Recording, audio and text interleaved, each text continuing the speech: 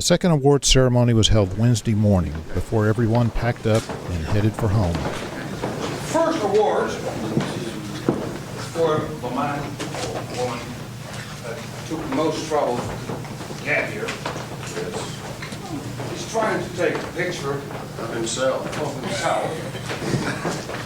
And he doesn't know it. He doesn't even have any idea that it's happening. Right. No. Come on, you're done. Come up. Christian Loibel traveled the furthest to get to Catholic.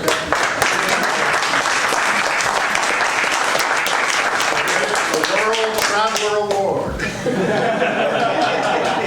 Thank you.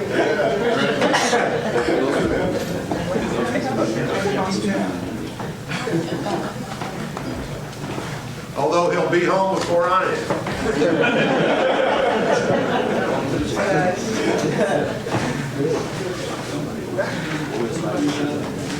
Now we have the award for the lightest kept rig. Lightest cap rig. I was the biggest contender, but I got beat out by the most ingenious, simple, light cap rig there is. Olivia Humet. All we have left is the part that hangs on the line, but you saw it. It's the one with the balloon and the disposable camera and 2 sticks and some tape. That's all it is. It weighs just a little more than the camera does. So for the lightest cap rig,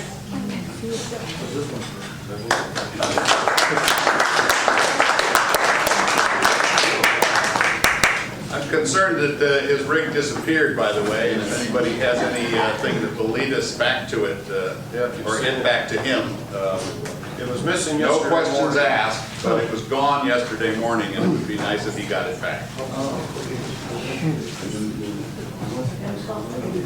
On the other hand, we have of course heaviest cap, working cap rig, Flying cap rig. flying cap rig.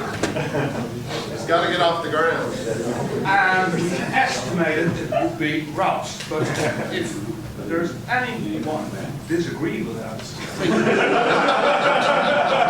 his or her rig is heavier, we have the scales in Yeah. front. Does anybody contest? White Nagel.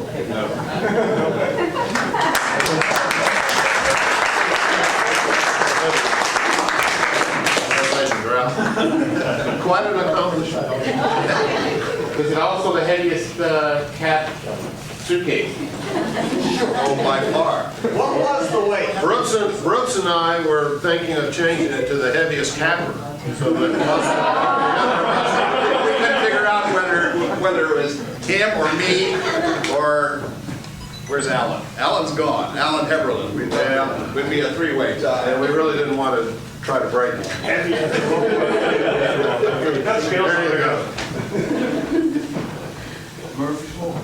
Murphy's Law. Is everybody familiar with Murphy's Law? It can go wrong, it will go wrong. We're going to give away a Murphy's Law Award. It's a great gift. Show, let's pull It's that a out. practical gift. It's the only practical gift. When Murphy's Law creeps up upon you suddenly, we have a handkerchief embroidered with capital O2. Now, we had a close contest here. Murphy's Law was creeping up all week on people. Did we decide on the... We did. It goes to the front row. Okay. Well, the contender was Merv. For soldering excellence.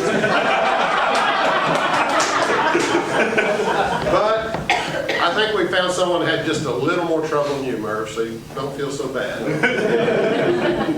And that goes to Simon Harbord. We're breaking 2 rigs here at Capitol. Is that true? You broke 2 rigs? You didn't? Well then, Well, then give it to Merv. we were misinformed. Sorry, Merv. No, just broke a bottle of wine. Yeah, come on, Merv. Come on, Merv. For soldering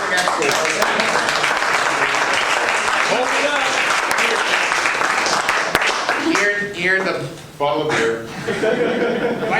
Hold it up. Hold it up. Blow your nose. I used it twice before I brought it. So. Tested it. Yeah. Hey, Gerald, look over here.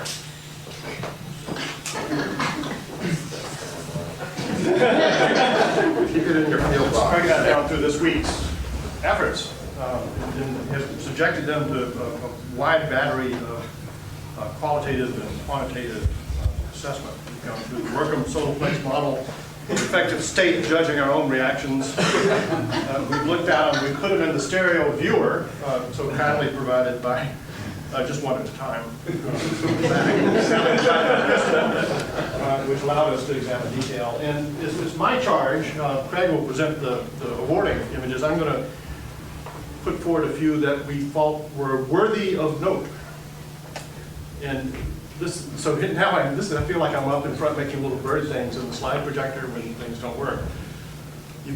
So I'll wander through the crowd. Here we have a scene that's showing both sand texture as though snow, somewhat enigmatically white, and really quite nice. The black line going down to the lone figure composing the image. And we thought, Simon, that this was worthy of note. Very nice.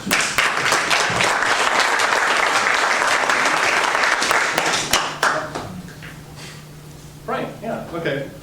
Frank's in an airplane somewhere, 32,000 feet. But it's a lovely shot of golf course and surrounding ground texture, sort of the natural landscape, which is not green in this sense, juxtaposed with the lush greenness of high-priced sporting pursuits. Actually, this was not my favorite of Frank's. He took, or someone took, the artichoke process shots, which I thought were great. There were folks picking artichokes, the order of agricultural rows leading to a process in which a sort of a conga line or something line trucks and processors were going along. But I'm glad to see Frank is in the mix and that he's gone, and I'll probably hang on to this. Someone has to wait to. That sounds like a good solution. Some of our friends from the north have been taking shots of the natural landscape, and particularly where water meets the land's edge. And those, boy, that's productive territory, right where the water meets the land's edge. I don't know if you saw the portfolio, but they were great shots back there. And they've got another to add to it. I think here are the rocks going from dry to wet with condensing earth tones, and then the whole ephemeral symphony of the water with its blue and whites. So this is certainly worthy of note.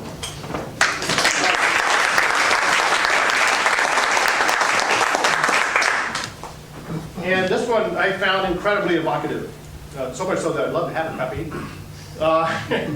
It's a view of the flat, planar coastal landscape with estuary in foreground, taking up fully half of the photograph in a wonderful palette of muted earth and sea tones.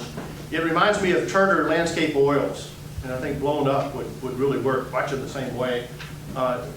Serendipitously, there are waterfowl in the foreground, and that's nicely sort of expansive and non-detailed foreground. So Christian Beckhoff.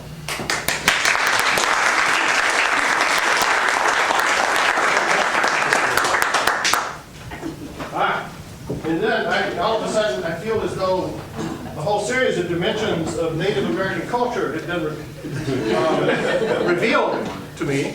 This is a figure in shadow piece, someone carrying what may well appear to be a kite, but could have been tent poles in a former age, revealing on the ground the shadow of a Thunderbird. Thunderbird, right? Really quite remarkable. Worthy of note, surely would have been right up there at the top if the focus had slightly better. And I don't have a name on the back. Who's Kevin Flynn. Kevin Flynn.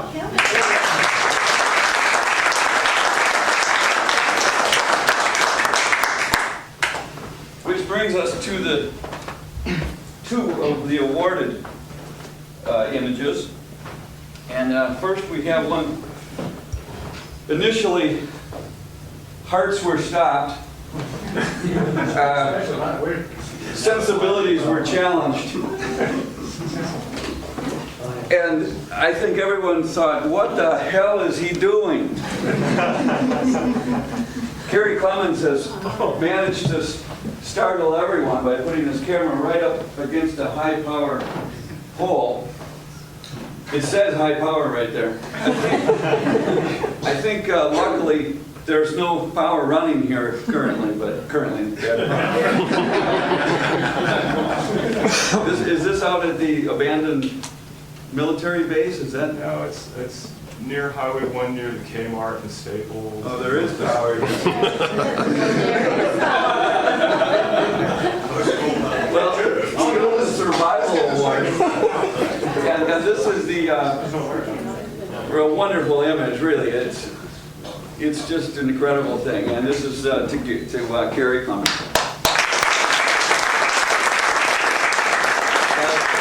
You also receive a gift certificate for $25 to Batteries America, which gets you any kind of configuration of batteries that you might need. I'll only add, we were really alarmed when we saw it until we realized he had AKA insurance. Is it life insurance? And we were keeping a close eye on him for the Murphy's Law Award too. That was a track. Which he would have received posthumously.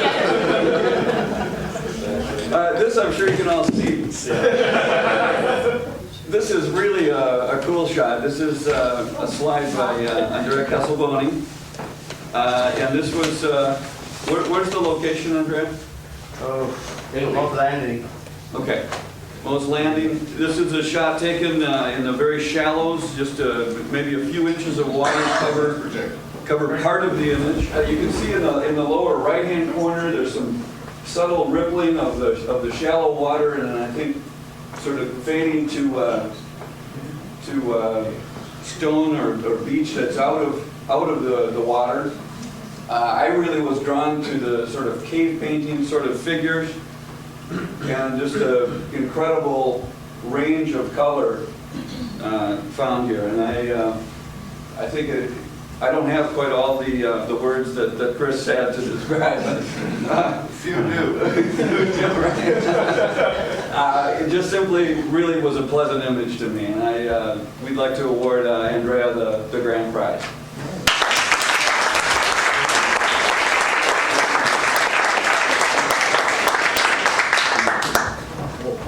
Thank you. Well done, well done.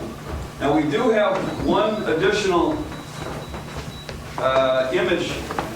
This image we call a burning line.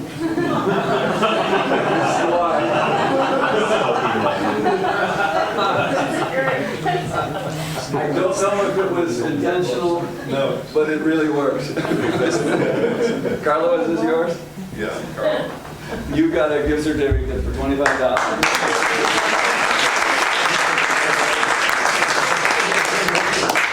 That's why you wear gloves, right? Yeah.